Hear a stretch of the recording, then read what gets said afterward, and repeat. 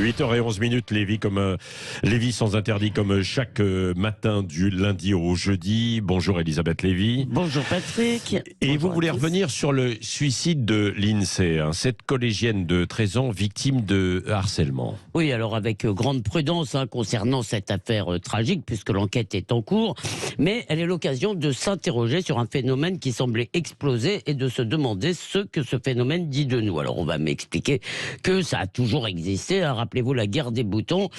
Évidemment, la cruauté enfantine n'est évidemment pas née hier. Et pourtant, quand j'étais collégienne, et peut-être vous aussi Patrick, il y avait des gens plus ou moins populaires, mais je ne me rappelle pas de telles persécutions en bande organisée. Bien sûr, il y a aujourd'hui les réseaux sociaux, la quête frénétique de followers et de clics qui sont un des multiplicateurs terrifiants de ces comportements, parce que non seulement le harcèlement ne s'arrête jamais, il continue quand vous quittez l'école, mais la meute grossit mécaniquement. Il y en a toujours de plus en plus.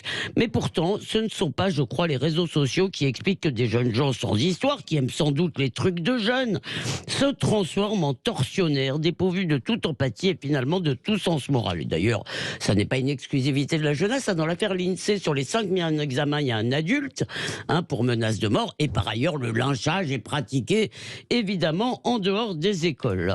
Oui. Mais alors, quelle est l'explication? Bon, évidemment, je ne me prétends pas donner une réponse précise, mais c'est peut-être que nous voyons là une des modalités de cette décivilisation qui a été évoquée par le président de la République comme une forme de vernis qui craque. Dans le cas de l'INSEE et d'autres victimes de harcèlement scolaire, ce qui revient souvent dans les témoignages, c'est l'absence des adultes, ou plus précisément, pas des parents, l'absence de l'institution. Et les parents désemparés accusent aujourd'hui le proviseur d'avoir ignoré leurs appels à l'aide. Alors on verra ce que dit l'enquête, bien sûr. Mais ça m'a fait penser à un roman qui a fait scandale dans les années 50 pour crise de pessimisme aggravé sur la nature humaine. Il s'appelle Sa Majesté des Mouches et il est signé par l'écrivain William Golding. Alors voilà ce qui se passe après un accident d'avion. Ce sont des jeunes gens anglais de très bonne famille. Ils se retrouvent seuls sur une île. Alors au début, ils essayent de s'organiser de façon très policée. Et puis en quelques jours, en réalité, ils érigent une organisation sociale tribale fondée sur la terreur, la force, la cruauté. C'est vraiment, mais c'est un livre assez terrifiant.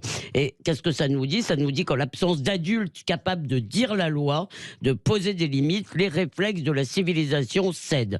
Or, un trait dominant de l'éducation contemporaine, c'est justement ce refus de la relation verticale de transmission entre l'adulte et l'enfant, ces enfants qui auraient tellement à nous apprendre, nous répétons tout le temps. Et donc, au nom de la bienveillance, on abolit la honte, on abolit la frustration, on abolit la limite.